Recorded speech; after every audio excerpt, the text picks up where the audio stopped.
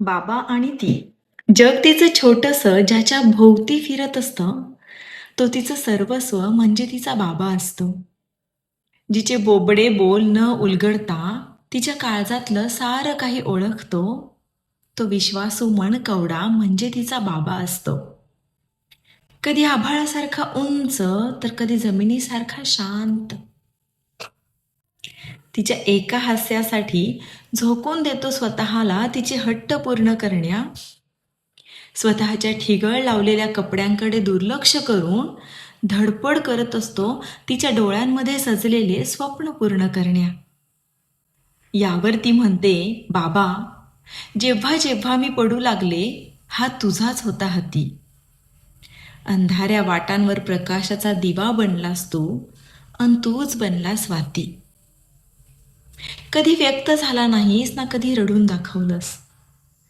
कधी व्यक्त झाला नाहीस ना कधी रडून दाखवलंस, पण माझ्या सुखासाठी तू तुझं आयुष्य झिजवलंस.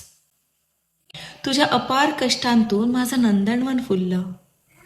बाबा, तुझ्या अपार कष्टातून माझं नंदनवन फुललं. तुझ्या संयमाच्या संस्कारांनी माझं आयुष्य सावरलं.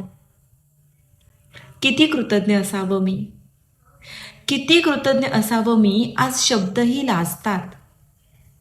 तुझ्या उपकारांचे डोंगर माझ्या डोळ्यात आसवे आणतात. तू आहेस म्हणून मी आज मुक्तपणे जगते. तू आहेस म्हणून मी आज मुक्तपणे जगते. तुझ्याच संस्कारांच्या शिदोरीवर मी यशाची शिखरे चढते. देवाकडे एकच मागणं, देवाकडे एकच मागणं की तुला उदंड आयुष्य लाभू दे. आता थोडं स्वतःसाठी जगताना तुझ्या डोळ्यात हसू फुलू देत. शब्दात मांडता येणार नाही इतकं तुझं प्रेम आहे. शब्दात मांडता येणार नाही इतकं तुझं प्रेम आहे. बाबा, तू फक्त बाबा नाहीस, तू तर माझं दैवत आहेस.